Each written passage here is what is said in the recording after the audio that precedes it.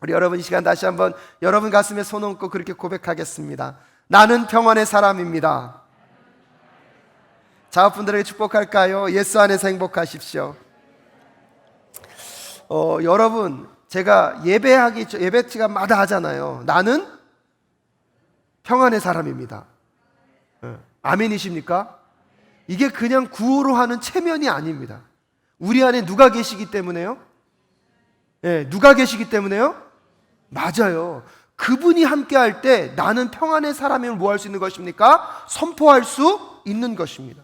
나에게 금과 은은 없지만 내 안에 누가 계시기에? 그래서 행복을 노래할 수 있는 것입니다. 이것은요, 단순한 구호가 아니고요, 믿음의 확신이고요, 삶의 경험이고 체험입니다. 나는 평안의 사람입니다. 예수 안에서 행복하십시오. 그것이 여러분의 경험이 되고 체험이 되고 고백이 될 수 있기를 주님의 이름으로 축복합니다. 오늘 집사님이 기도를 너무 열정적으로 하셔가지고요, 제가 이미 불받은 것 같아요. 이럴 때 설교를 참 조심해야 되는데, 여러분과 오늘은 새롭게 출애굽기의 이야기를 하려고 합니다. 특별히 출애굽기에서 모세의 이야기를 중점을 통하여서 이 시대 속에서 하나님이 우리에게 주시는 메시지가 무엇일지를 한번 점검하고, 무엇보다도 모세의 인생을 통하여서 모세는 이스라엘 백성들을 이집트로부터 건져내어서 광야의 여정을 하나님과 동행하며 통과했던 사람입니다. 그래서 그 모세의 여정 속에 이 코로나 팬데믹을 지나가고 있는 우리들의 시간, 마치 이스라엘 백성들이 광야로 내몰렸을 때에 물도 없고 먹을 것도 없고 한치 앞에 어떠한 위험과 어려움과 두려움이 있는지조차 예측할 수 없는 그 광야길을 하나님과 함께 걸어갔던 그 모세의 이야기 속에서 오늘 우리도 이 코로나 팬데믹 속에 우리가 경험할 수 있는 그 불안과 어려움, 아무도 경험해보지 않았고 아무도 가보지 않은 그 길을 어떻게 걸어가야 할 것인가, 우리의 마음과 시선은 어디에 있어야 할 것인가를 함께 고민하고 함께 생각하는 앞으로의 시간들이 되실 수 있기를 소원합니다. 그래서 이제 요한일서 말씀 강의가 끝나고 이제 하반기에는요, 하나님의 사람 모세의 시리즈를 갖고 모세의 이야기로 여러분과 함께 하나님의 은혜를 경험할 수 있기를 바랍니다. 설교를 준비할 때요, 많은 책들을 읽고 참고합니다. 하지만 이번 설교는요, 김용복 목사님의 그 사람 모사라는 책에서 좀 더 많은 도움을 받았다는 것들을 여러분 기억하실 수 있었으면 좋겠습니다. 무엇보다도 지금 이 코로나 팬데믹을 경험해 가면서 마치 이스라엘 백성들이 광야를 걷는 것 같은 많은 경험들을 하시고 계실 것입니다. 그렇다면 그 광야와 같은 이 코로나 상황 속에서 하나님은 우리에게 무엇을 원하시는가?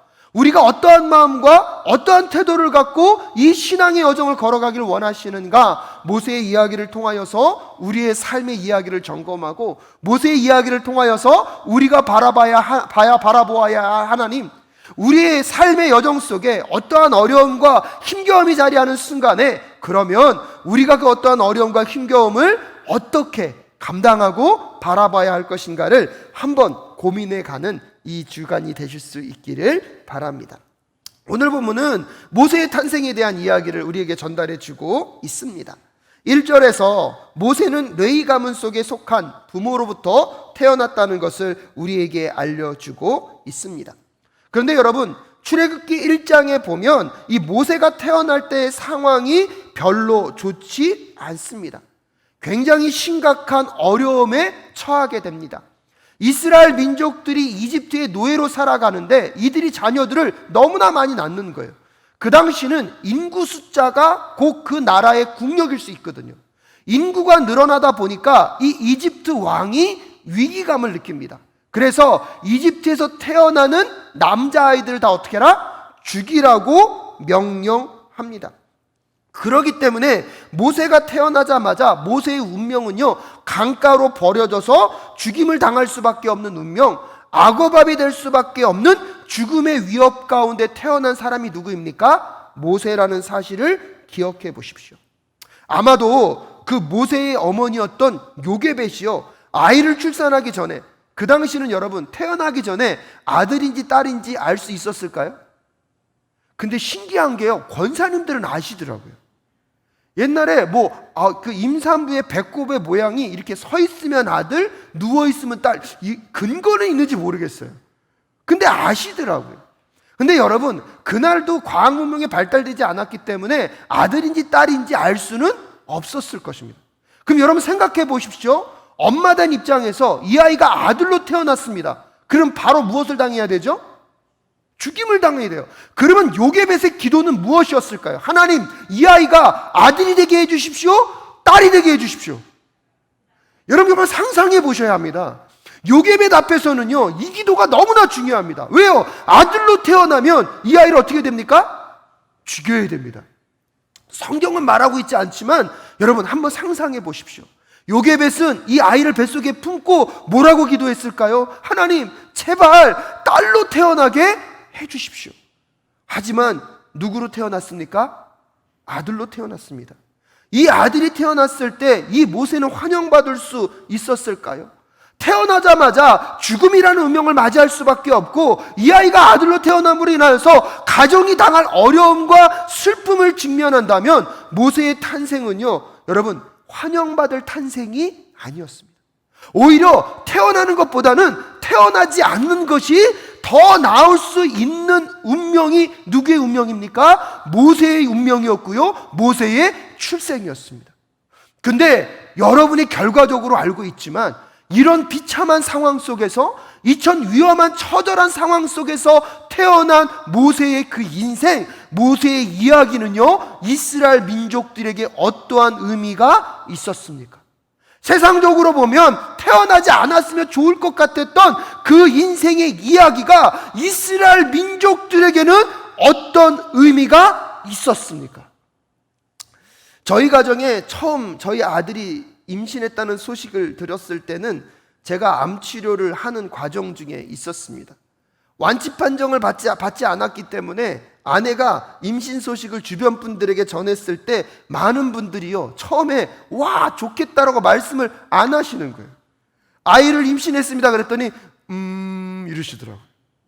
나중에 들어보니까 이분들 안에서도 마음 가운데 뭐가 있었습니까? 걱정과 염려와 근심이 있었던 거예요. 야, 어떡하나, 저거 어떻게 벌어지나. 근데요, 놀라운 것은요, 장인어른이 그때 한마디 하셨어요. 하나님이 살려주시려고 하니까 그 증거로 자녀까지 주셨네. 아멘이십니까? 여러분, 이 말 한마디가요, 분위기를 확 바꿔버렸어요. 그때부터는 이 아이의 임신 소식이 염려와 걱정과 두려움에서 뭐로 바뀌어버립니까? 살려주시는구나, 살려주시겠구나 하는 그 증거의 소식으로 들리니까요, 그 염려와 걱정과 근심은 다 떠나가고 자녀의 임신했다는 소식이 기쁨으로 들려왔다는 사실을 여러분, 우리 가정은 경험할 수 있었습니다. 한 아이의 임신 소식이 염려와 걱정과 근심일 수도 있지만 그것이 담겨있는 의미가 해석되어지니까 그것이 살겠다는 증표가 되고요, 하나님이 살리시는 증거가 될 수 있다는 사실을 여러분 꼭 기억하실 수 있기를 주님의 이름으로 축복합니다. 모세의 탄생은 어땠다고요? 비참했다고요. 사람들이 태어나기를 기다렸던 아이가 아니라 하나님, 남자 아니면 아이면 좋겠습니다라고 기도했지만 그 기도와는 다르게 남자아이로 태어났던 운명, 그 운명이 누구입니까? 모세입니다. 하지만 여러분, 비록 이렇게 어렵고 힘든 삶으로 태어난 모세이지만 이 모세는요, 결국 하나님이 이스라엘 민족을 구원해내는 구원자로 모세를 사용하십니다. 할렐루야! 그런데 여러분, 여기에 놀라운 이미지가 있습니다. 오늘 이 모세가 태어난 이 산생의 이야기들 여러분 보십시오. 남자가 태어나면 그 남자를 죽이라고 누가 명령합니까? 이집트의 왕 바로가 명령합니다. 그런데 여러분, 이 그림이 익숙하지 않으십니까? 마태복음 2장에 보면 예수님이 이 땅 가운데 오셨습니다. 동방 박사들이 실수해서 헤롯 대왕에게 찾아갑니다. 헤롯 대왕이 왕이 태어났다는 소식을 듣고 여러분 무슨 명령을 내리는지 아십니까? 마태복음 2장에 보면 예수님이 태어난 지역을 예측하여서 베들레헴과 그 가까운 온 지역에 사는 2살짜리로부터 그 아래 사내 아이를 모두 죽이도록 명령합니다. 그런데 여러분, 그 순간에서도 그 포악한 헤롯 대왕의 그 무시무시한 그 명령을요, 연약하디 연약한 그 마리아, 비천한 여인이라고 자신을 소개하는 그 마리아를 통하여서 예수 그리스도가 구원을 얻습니다. 그 이미지와 오늘 이 모세의 이미지가 여러분 겹쳐지십니까? 성경은요, 이런 이야기를 통하여서 우리에게 중요한 메시지를 전달해 주고 있는 것입니다. 모세가 태어날 때 가장 어렵고 힘겨운 순간이었지만 이스라엘 민족의 구원자인 그 모세가 구원받는 장면을 통하여서, 그래서 결국 그 모세를 통하여서 이스라엘 민족들이 이집트로부터 어떻게 될 것이다? 해방될 것이다. 그 이미지의 구약의 이야기가 신약에 와서 똑같이 펼쳐지면서 마태복음 2장에서 예수 그리스도가 태어날 때 헤롯 대왕이 예수 그리스도를 죽이려고 하였지만 예수 그리스도가 마리아의 품에서 구원을 받음으로 이 예수 그리스도는 온 인류의 구원자로 하나님이 이 땅에 보내셨음을 우리에게 확증해 주고 계십니다. 그렇기 때문에 여러분, 이 모세의 이야기는 가장 어둡고 절망에서 시작하지만 가장 희망의 씨앗이 담겨 있음을 믿음으로 바라보실 수 있기를 주님의 이름으로 축복합니다. 그러면서 여러분 기억하셔야 해요. 이 모세가 죽음의 위험에 처해 있을 때 이제 이 어머니 요게벳이요, 이 모세를 살리기 위해서 하는 행동들이 있습니다. 3절에 보니까요, 여러분 함께 읽을까요? 시작. 그러나 더 이상 숨길 수가 없어서 갈대 상자를 구하여다가 역청과 송진을 바르고 아이를 거기에 담아 강가의 갈대 사이에 놓아 두었다라고 이야기하고 있습니다. 모세를 위하여 만든 상자가 무슨 상자라고요? 갈대 상자입니다. 근데 이 갈대 상자가요, 히브리어로요, 테바입니다. 근데 이 테바라는 뜻이 뭐냐면 방주, 갈대 상자, 함이라는 뜻입니다. 근데 이 테바라는 단어가 창세기 6장 14절에 보면 하나님이 온 인류를 구원하기 위하여서 노아를 통하여서 무엇을 만들라고 하시죠? 와, 우리 사랑교회 수준은 대단해요. 방주를 아시네요. 근데 여러분, 창세기 6장 14절에 너는 잣나무로 방주 한 척을 만들어라. 방주 안에 방을 여러 칸 만들고 역청을 안팎으로 칠하여라. 이 정도면 이제 아시겠죠? 이 방주가 히브리어로 뭘까요? 똑같은 단어예요. 테바. 모세가 여러분 갈대 상자로 구원을 얻었듯이, 여러분, 그렇죠, 모세가 그 다음에 노아를 통하여서 하나님이 인류를 구원하는 그 방주가 뭐라고요? 테바예요. 그리고 나서 이 엄마가 이 갈대 상자를 만들고, 여러분 3절을 잘 읽어보십시오. 아기를 거기에 담아 강가의 어디 사이에 둡니까? 예, 갈대 사이에 둡니다. 근데 여러분, 여기서 이 갈대라는 단어도 되게 중요한 게 뭐냐면, 우리는 히브리 언어로 성경을 읽을 수 없잖아요. 근데 유대인들은요, 이 히브리 언어로 성경을 읽으면서 언어의 유의를 많이 사용합니다. 언어의 유의라는 게 뭐냐면 발음이 비슷한 것을 갖고 비슷한 메시지를 반복하면서 어떤 메시지를 전도주는 거예요. 근데 여러분 잘 들어보십시오. 이 갈대라는 이 히브리 언어가 뭐냐면 수프라는 단어입니다. 수프라는. 근데 여러분, 이스라엘 민족들이요, 이집트로부터 구원을 받을 때 가장 기억에 남는 사건이 있습니다. 무슨 사건인지 아십니까? 10가지 재앙 이후에 이스라엘 민족들이 어디 앞에 서죠? 홍해 앞에 섭니다. 근데 그 홍해를 하나님 무엇 하십니까? 가르시고 이스라엘 백성들이 그 홍해를 가르게 하십니다. 근데 조금 안타까운 게 뭐냐면, 지금 우리는 그거를, 그 바다 이름을 뭐라고 번역했죠? 홍해라고 번역했는데, 왜 홍해라고 번역했냐면 이 히브리 언어의, 이 히브리 구약 언어를요 70인역으로 헬라어로 바뀐 단어를 우리는 번역함으로 홍해라고 번역을 했는데, 원래 히브리 원어에는 그 홍해라는 바다의 이름이 뭐냐면 얌수프입니다. 얌슈프. 얌이 바다고요, 아까 슈프, 이게 뭐라 그랬죠? 갈대라고 말씀드렸잖아요. 그래서 홍해의 원래 이름은 뭐냐면 갈대의 바다란 뜻이에요. 그러니까 이스라엘 민족들을 여러분 잘 생각해 보세요. 지금 모세를 건져내서 모세를 구원해내는데 엄마가 어디 사이에 뒀다고요? 갈대 사이에, 숲. 그리고 나서 이스라엘 민족들이 하나님으로부터 이집트로부터 건짐을 받아서 홍해바다를 가르며 하나님이 이스라엘 민족들을 건져내는데 그 바다의 이름이 뭐라고요? 얌sup. 이게 언어의 유의예요. 비슷한 단어, 똑같은 단어를 반복하면서 이스라엘 민족들에게 무엇을 심어주고 있는 것입니까? 지금 모세가 어디로부터 건짐을 받습니까? 갈대 사이에서 건짐을 받습니다. 그게 뭐라고요? 숲, 갈대 사이라는 거예요. 근데 이스라엘 민족들도 홍해를 통하여서 홍해를 가르고 하나님이 이스라엘 민족들을 건져내시는데 그 홍해 바다의 이름이 뭐라고요? 얌숲, 갈대의 바다. 그래서 이걸 통하여서 비록 모세는 죽음의 어려움을 겪고 있습니다. 모세의 가정도 이 모세를 살리기 위하여서 어려운 순간을 지나가고 있는데 그 어려운 이야기 속에 무슨 이미지가 겹쳐지고 있습니까? 이스라엘 민족들이 이렇게 누구를 통하여서요? 모세를 통하여서 건져낼 메시지가 오늘 모세의 이야기 속에 담겨 있다는 사실을 여러분 꼭 기억하실 수 있기를 주님의 이름으로 축복합니다.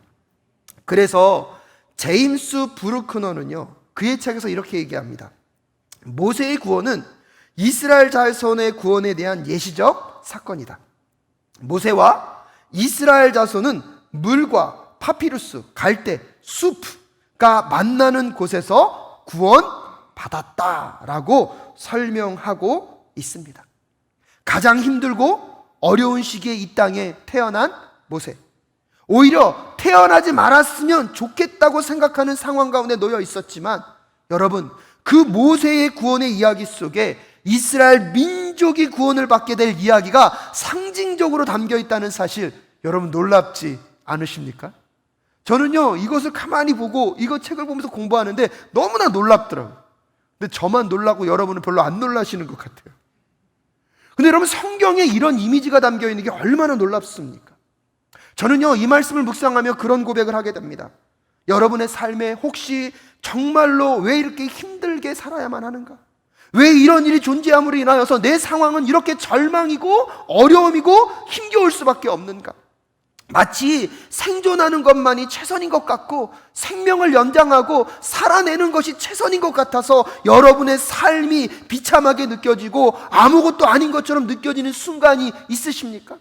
나는 그냥 그럼에도 불구하고 최선을 다해서 버팅기고 살아갔는데 여러분 기억하십시오. 그 삶에도 하나님의 역사와 하나님의 구원 계획은 흘러갈 수 있다는 사실을 꼭 기억하실 수 있기를 주님의 이름으로 축복합니다. 모세는 비참하게, 모세는 가장 어렵고 죽음의 위협이 놓여있는 상황 가운데 태어났습니다. 그래서 그 가정은요, 어떻게든 모세를 살려보려고 최선의 삶을 산 것이 전부일 수밖에 없습니다. 그런데 여러분, 성경이요, 그 인생의 이야기를 해석하면서 그 인생의 구원의 역사 속에 온 인류를, 이스라엘 민족을 구원하기 위한 하나님의 계획, 하나님의 구원의 씨앗이 심겨져 있음을 오늘 우리에게 전달해주고 있지 않습니까? 그러게 여러분 꼭 기억하십시오. 힘들고 어렵고 고난 가운데 있는 여러분의 인생의 이야기로만 생각하지 마십시오. 어떻게든 살아내고 버팅겨내는 이 생존의 삶이 때때로는 비참하게 느껴질 수도 있지만 여러분은 아직 깨닫지 못하는 순간에도 여러분의 삶의 이야기를 통하여서 하나님의 계획은, 하나님의 구원 역사는 흘러가고 있는 줄로 믿습니다. 내가 할 수 있는 일이 너무나 하찮고 아무것도 아닌 것 같고 내 입장에서는 정말 치열하게 생존하며 살아가는 삶에 불과할 수 있겠지만 그것이 어떤 의미를 가지고 있고 어떤 결말로 하나님이 우리를 끌고 가고 있는지는 그 과정 중에서는 우리는 알 수 없다는 사실을 꼭 기억하실 수 있기를 간절히 소원합니다. 그렇게 보잘것없어 보이는 삶, 치열함 속에 살아가고 있는 그 모세라는 사람이 이스라엘 민족의 구원자의 구원 이야기를 통하여서 그 이야기 속에 민족의 구원의 역사의 이야기에 그 씨앗이 심겨져 있다는 것을 꼭 기억하실 수 있기를 간절히 소원합니다. 그러면서 여러분, 이 여러분과 함께 이 출애굽기 1장과 2장을 가만히 읽어보면 그 이집트라는 대제국의 왕, 이 바로의 명령과 계략을요 무력해 하는 사람들이 누군지 아십니까? 여자들이에요. 신기한 게 여자들만 등장해요. 그 시대의 여성은요, 인간으로서의 대우를 못 받았고요, 인간 존재의 존엄성을 인정받지 못했던 가장 비참한 존재 중에 한 사람이 여자입니다. 근데 출애굽기 1장에 보면 여러분, 바로가요, 남자아이들을 태어나자마자 다 죽이라고 먼저 누구에게 명령하냐면 히브리 산파인 시브라와 부하에게 먼저 명령합니다. 근데 이 시브라와 부하가 하나님을 경외함으로 인하여서 남자아이들을 죽이지 못하고 오히려 바로에게 뭐라고 얘기합니까? 히브리 여인들은 너무나 튼튼해서 우리가 가기 전에 이미 다 무엇했습니다? 출산했습니다라고 이야기하면서 여러분, 한 제국의 왕 바로의 말과 명령과 계략을 무력케 하는 게 누구입니까? 시브라와 부하라는 여성입니다. 오늘 보면 2장에서 이제 그러니까 바로가요, 방법이 통하지 않으니까 이제 아이들 태어나자마자 그 남자아이들, 갓난아이들 다 무엇해라? 죽이라고 말하니까 오히려 가장 연약한 여인과도 같은, 여러분, 이 요게벳을 통하여서 하나님은 누구를 건져내십니까? 모세를 건져내시고 한 나라의 위대한 왕의 그 명령과 그의 계획을 무력화시켜 버립니다. 사랑하는 여러분, 하나님은요, 힘있고 능력 있는 자를 통하여서 주의 역사를 나타내는 것이 아닙니다. 세상으로부터는 가치없고 무가치하다고, 쓸모없다고, 연약하다고 이야기하는 그 인생들을 통하여서 하나님은 하나님의 위대한 역사를 나타내실 줄로 믿습니다. 세상에 아무리 강하고 튼튼한 역사가 있다 할지라도 하나님이 들어쓰시는 그 작은 자 한 사람, 그 연약한 자 한 사람을 통하여서 세상의 권세와 능력을 무력화시키시는 하나님이 우리 하나님이심을 꼭 기억하실 수 있기를 주님의 이름으로 축복합니다. 그러게 여러분, 교회는요, 약자와 소외된 자들을 함부로 하면 안 됩니다. 여러분, 기억하셔야 합니다. 그래서 교회는요, 무엇보다도 약자와 소외된 자를 여러분 함부로 하시면 안 됩니다. 하나님이 하시면 그들을 통하여 우리를 못하게 할 수도 있습니까? 부끄럽게 하실 수도 있습니다. 내가 좀 가졌다고, 내가 좀 배웠다고, 내가 좀 힘과 권력이 있다고 어깨가 으쓱한 순간, 여러분, 오히려 내가 무시하고 내가 짓밟는 사람들을 통하여서 하나님은 역전의 역사를 이루실 수 있는 하나님이심을 기억한다면 오늘도 우리의 마음은요, 가난하고 소외된 자들, 세상으로부터 짓밟히고 연약하다고 말하는 그들, 우리에게 아무런 도움을 줄 수 없는 그들에게 우리의 마음과 심령을 다하여서 하나님의 마음으로 섬기고 그들의 삶을 회복시켜 나아가는 우리 모두가 될 수 있기를 주님의 이름으로 축복합니다. 뉴스로만 들어서 너무나 안타깝지만 여러분, 그래서 우리가 아프간에 있는 그 사람들을 위해서 기도해야 합니다. 누구도 보호하려고 하지 않고 누구도 돌보려고 하지 않는 그 땅을 향하여서 우리가 기도해야 할 이유는 여러분, 그들이 가엾고 불쌍해서가 아니라 하나님이 쓰실 수 있는 사람들이 그 사람임을 여러분 기억하셔야 할 것입니다. 그래서 여러분, 그 땅을 향하여서 우리 함께 기도하며 나아가는 또한 우리 사랑교회 성도님들 되실 수 있기를 간절히 부탁드립니다. 다시 한번 말씀드립니다. 세상적으로 보면 약자였고 아무런 힘도 영향력도 발휘할 수 없는 사람들이었지만 하나님을 신뢰하며 하나님을 바라보며 살아가는 자들을 통하여서 하나님은 하나님의 구원의 역사들을 만들어 가고 계셨습니다. 그런데 오늘 여러분, 저는 그 연약했던 여인 요게벳의 마음으로 조금 더 모세의 이야기를 여러분과 함께 들여다볼 수 있었으면 좋겠습니다. 이 요게벳이란 이름의 뜻은요, 여호와는 영광스러우시다는 뜻입니다. 이름이 너무 좋지 않습니까? 요게벳은 여호와 하나님이 영광스러움을 그 마음과 심령 가운데 갖고 살았던 여인입니다. 하나님을 신뢰하였기 때문에 모세가 태어났을 때 그가 경험해야 할 어려움과 힘겨움, 그의 가정이 닥칠 위험이 무엇인지 알매도 불구하고 여러분, 그 모세를 뭐합니까? 감추어 둡니까? 근데 오늘 보면 2절 말씀에 보니까요, 그 여자가 임신을 하여 아들을 낳았는데 그 아이가 하도 잘생겨서 남이 모르게 3달 동안 무엇했다고요? 길렀다고요. 근데 이 2절은요, 좀 질문하게 만들어요. 그럼 하나님, 못생기게 태어나면 죽여도 됩니까? 아니, 못생기게 태어난 것도 속상해 죽겠는데 우리 하나님도 외모 지상주의인가? 여러분, 이 뜻은 무슨 뜻일까요? 근데 가만히 생각해 보니까 부모님들 중에 자기 자녀가 안 이쁜 자녀가 있습니까? 부모님 중에 자기의 자녀들이 못생긴 자녀도 있습니까? 할머니, 할아버지들은 더 심하다 그러시더라고요. 몇 배로 더 이쁘대요. 그래서요, 항상 그 핸드폰에다가 그 아이들 갖고 다니면서 이렇게 자랑하시더라고요. 그래서 저도요, 이제 좋은 돈벌이를 발견했어요. 자랑하실 때마다 500원. 그거 받아도 꽤 되겠더라고요. 여러분, SNS나 인터넷에 보면 자녀들의 사진을 올려놓고요, 부모님들이 좋아서 그렇게 좋아요. 근데 여러분, 어떤 분들은 객관적으로 보면 안 이쁜데 엄마는 이쁘대요. 아빠는 이쁘대요. 자녀로서 부모를 바라보는 마음은 똑같지 않겠습니까? 그렇다면 여러분, 여기서 우리가 2절을 해석할 때 그러면 그 모세의 외모가 탁월했다는 뜻입니까? 아니면 이 요게벳은 하나님을 경외하고 하나님을 신뢰했고 하나님의 영광을 바라보는 하나님의 자녀였기 때문에 이 아이의 탄생과 더불어서 이 아이의 삶 속에, 이 아이의 탄생 속에 하나님의 특별한 무언가가 있구나, 하나님의 새로운 특별한 무슨 계획이 있구나 하는 것들을, 마음 가운데 깨달은 것들을 표현할 때 뭐라고 표현한 것입니까? 그 아이가 하도 잘생겨서라고 표현했다는 것으로 해석하는 것이 옳을 것입니다. 하지만 가족 모든 위기, 가족이 이것으로 인하여서 감당해야 될 위기, 어려움과 힘겨움은 얼마나 컸을까요? 하지만 최선을 다하여서 이 아이를 길렀고 최대한의 시간이 몇 개월이었습니까? 3개월이었습니다. 하여튼 도저히 자기의 힘과 능력으로 감당할 수 없다는 것을 알고 이 요게벳을 위하여서, 요게벳은요, 이 모세를 위하여서 갈대 상자를 만들고 역청과 송진을 바르고 그 아이를 그 갈대 상자에 담아둡니다.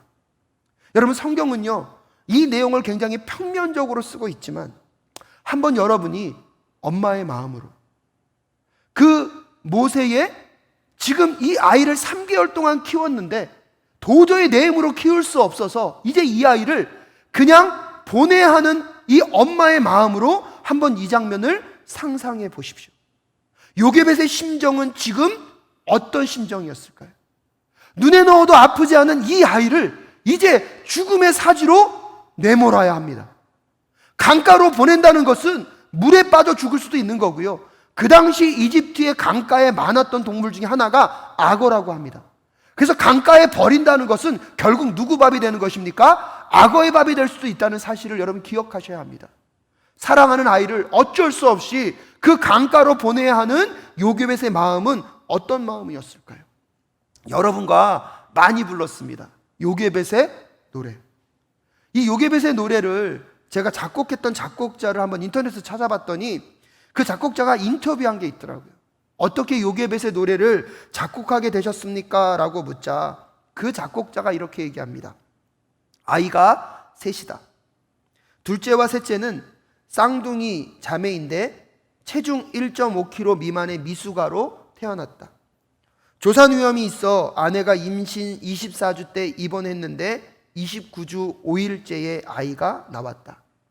아내가 5주를 버틴 셈인데 하루를 더 지내면 아이가 잘 태어날 확률이 더 높아지니까 아무 일 없이 지나가는 그 하루가 정말 감사했다.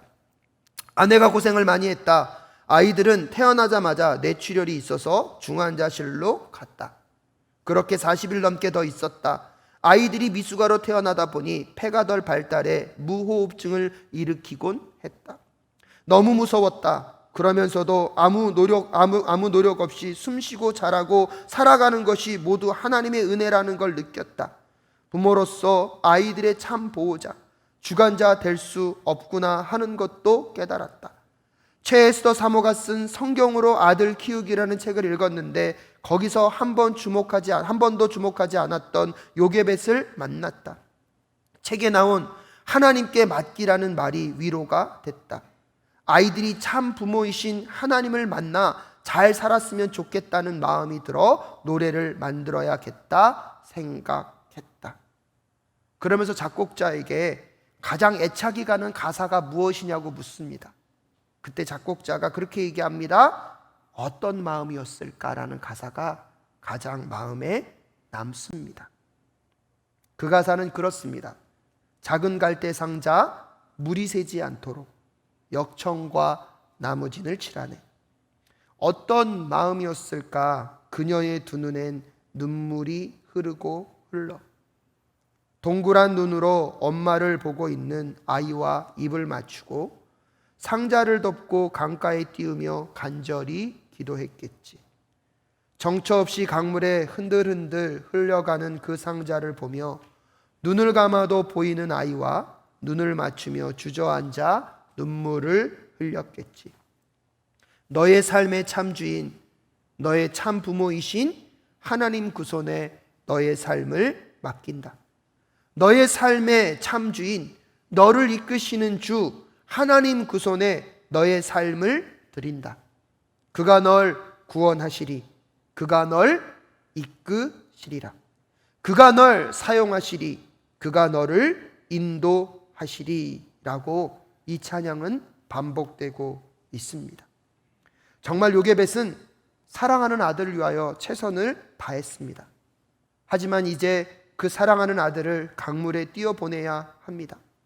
그 강물에서 악어의 밥이 될 수도 있고 강물에 빠져 죽을 수도 있습니다.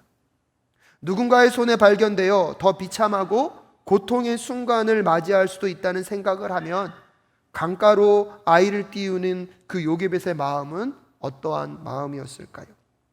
하지만 요게벳은 이제 자신의 능력으로 아이를 보호할 수 없다는 것을 알고 있기 때문에 이제는 그 아이를 운명의 주관자이신 하나님께 맡겨야 함을 알고 있습니다. 이제는 그 하나님을 향한 믿음, 그 아이의 하나님이기도 하신 그분을 믿는 것 외에는 다른 길이 없습니다. 요게벳은 이 아이의 미래에 어떤 일이 일어날지를 알 수 있었을까요? 우리는 성경을 통하여서 그 아이의 미래의 결과를 알고 있습니다. 하지만 여러분, 지금 요게벳은요 그 아이의 미래에 어떤 일이 일어날 건지를 알지 못하고 있습니다. 그럼에도 불구하고 오늘 강가에 아이를 띄우는 이 요게벳은요 과연 하나님을 어떤 하나님이라고 알고 있었을까요? 이 요게벳은 그 하나님이 어떤 하나님이라고 믿고 있었을까요? 여기서 여러분 분명하게 기억해야 하는 것은 우리가 믿는 하나님은요 우리가 다 알 수 없는 분이라는 것입니다. 그분의 계획과 뜻을요 우리가 다 알 수 없습니다. 만약에 우리가 그분의 계획과 뜻, 그분을 다 알 수 있다면 어떻게 그분이 우리 하나님일 수 있겠습니까? 우리는 그분이 하실 일을 짐작할 수도 없고요 상상할 수도 없습니다. 그렇기 때문에 그 결과를 알 수 없지만 여러분, 분명한 것은 무엇입니까? 그 하나님은 우리의 생각, 우리의 상상, 우리의 절망, 우리가 생각하는 그 최악보다 더 크신 하나님이 우리의 하나님이신 줄로 믿습니다. 여러분, 요게벳이 오늘 아들을 강가로 띄울 수 있는 그것은 그 하나님을 믿었기 때문입니다. 우리는 알고 있잖아요. 바로의 딸과 그 모세가 만날 거라는 걸. 그래서 바로가, 이 모세가요 엄마 품에서 자라는 것보다는 더 나은 삶으로 인도된다는 것을 우리는 알고 있잖아요. 근데 여러분 기억하셔야 해요. 요게벳은 지금 그것을 모르고 있습니다. 미래에 어떤 일이 일어날지를 모르고 있습니다. 오히려 보이는 게 무엇입니까? 절망입니다. 그 아이를 강가로 띄우면서 이 아이가 살 확률이 높겠습니까? 죽을 확률이 높겠습니까? 이 아이에게 선하고 좋은 길이 확보되어 있습니까? 그렇지 않으면 더 어려운 위험이 놓여 있습니까? 하지만 요게벳은요 최소한 어떤 하나님을 고백하고 있는 것입니까? 내 생각보다 더 크신 하나님, 그 결과와 미래를 알 수 없는 하나님. 하지만 여러분 기억하십시오. 그러기에 우리는 그 하나님을 믿을 수 있는 것입니다. 요게벳이 만약에요 이 결과를 알았더라면 그 3개월 동안의 고난과 어려움은요 견딜만 했을 거예요. 근데요 그 미래를 모르기 때문에 더 힘들고 더 고통스러워요. 최선을 다했어요. 아이를 살리게 해요. 내가 할 수 있는 모든 걸 다했어요. 근데 마지막에 내가 할 수 있는 건 뭐밖에 없어요? 그 아이를 강가에 띄우는 것밖에 없어요.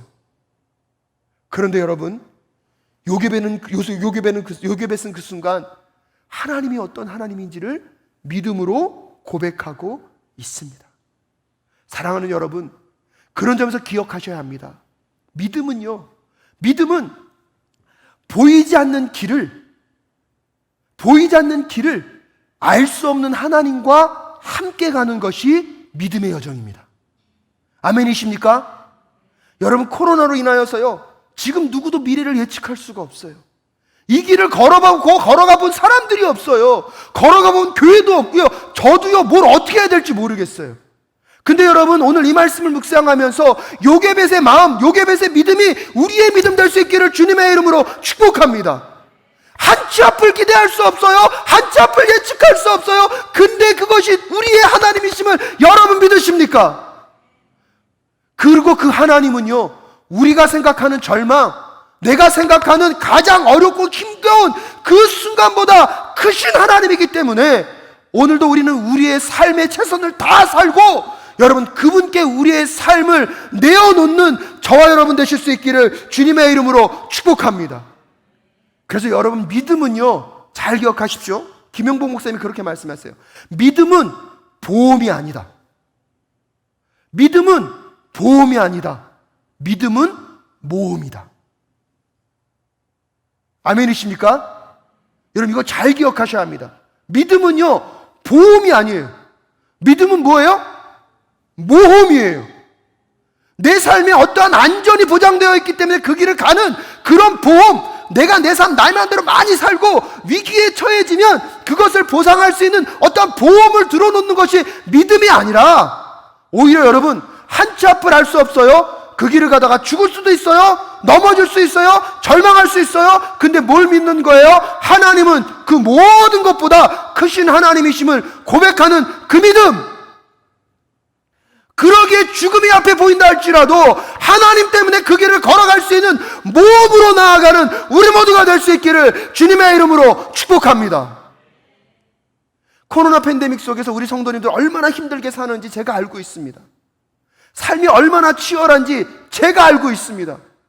하지만 여러분, 그러다 보니까 우리도 모르게요, 자꾸 타협해요. 신앙생활도 중요하지만 먹고 사는 안전을 먼저 만들어 놔야지. 여러분, 그 순간 우리들의 믿음은요, 모험이 아니라 뭐가 되는 것입니까? 보험이 되는 것입니다. 저는 우리 사랑교회 성도님들이 믿음의 보험이 아니라 믿음의 모험으로 나아가실 수 있기를 주님의 이름으로 축복합니다. 여러분이 할 수 있는 최선의 삶을 사십시오.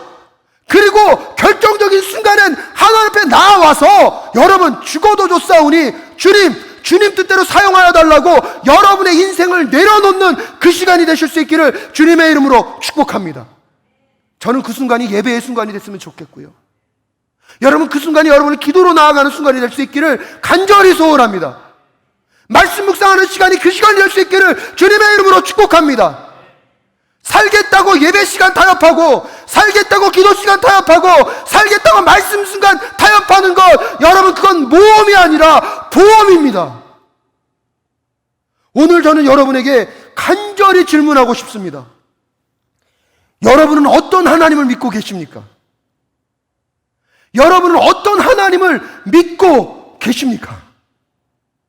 오늘 요게벳은 정말로 목숨을 줘도 아깝지 않은 그 아들을 끝까지 살리기 위해서 노력합니다. 하지만 이제 그는 할 게 없어서 그 아이를 강가에 띄우지만 오늘 요게벳은요, 그것을 믿음의 모험으로 받아들이고 있습니다. 설령 죽음으로 간다 할지라도 그 죽음보다 크신 하나님이 이 아이를 사용하실 줄로 믿습니다. 사랑하는 여러분, 오늘 제가요, 이 말씀 준비하면서 제 마음에 그런 갈증이 생기더라고요. 지난주에 우리가 우상을 제거해야 된다 그랬잖아요. 아, 그 믿음이 이 믿음이구나. 내 기도대로, 내 원함대로, 내 소원대로 되지 않아도 하나님 괜찮습니다. 왜요?